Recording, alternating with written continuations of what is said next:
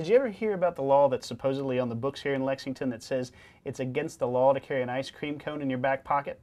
Seriously, that's supposedly a law here in town.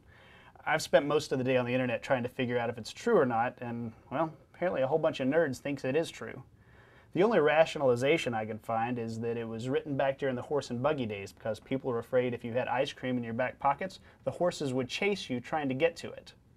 Of course, that assumes that people in Lexington back then were so stupid they needed a law to tell them not to carry ice cream in their pants. In an attempt to figure out the eccentricities of our Lexingtonian predecessors, I've decided I'd see what the big deal is. Little chilly. You know, when humans created civilization, they enacted laws in theory to better and protect society. Of course, the operative words there are in theory, because as you can see, it's not always the case, as in with nonsensical laws about transporting dessert products. So, maybe it's time we find out exactly how stuff works.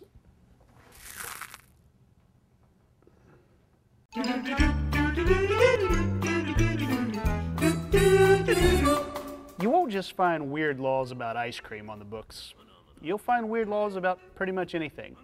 For instance, in Ohio, it's against state law to get a fish drunk.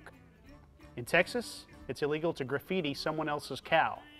And in San Francisco, it's against the law to wash your car with a used pair of underwear.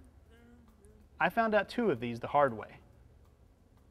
Given the opportunity, humans will make rules and laws about just about anything. For instance, did you know that there are specific rules about how to use chopsticks? As an example, you're never ever supposed to lay your chopsticks flat on the table. Restaurants that care about that sort of thing will give you a little holder to lay them on. Also, if you're taking food from a community plate, you're supposed to use the fat end of the chopsticks. And never ever, under any circumstances, suck on the end of your chopsticks when you're done eating.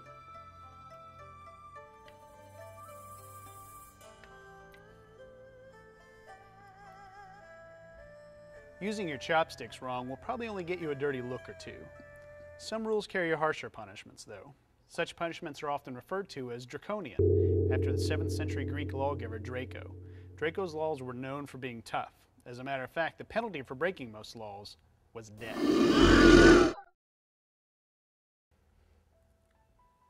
Of course, the 8th Amendment to the United States Constitution protects its citizens against cruel and unusual punishment. That doesn't mean, however, that sometimes the law themselves aren't cruel or unusual.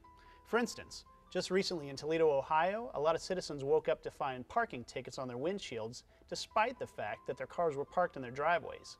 It seems the mayor remembered an old law on the books that said anyone parked on an unpaved surface, even if it was a gravel driveway, could get a parking ticket. A lot of the citizens didn't think it was a coincidence that this law came back into favor right around the same time the city was going through a much publicized budget crisis. Is this ticket writing move an attempt to try and fill a budget? Could I have any other questions? Politics aside, there's probably some kind of reason for every crazy law we see on the books, whether we can figure it out or not.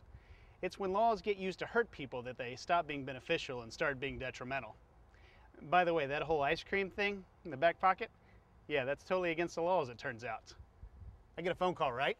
You've got the right to remain silent. I suggest you use it. Oh. Bad boys, what you gonna do? What you gonna do? Tell my wife I'll be home late for dinner. Bad boys, what you gonna do? What you gonna do when they come for you?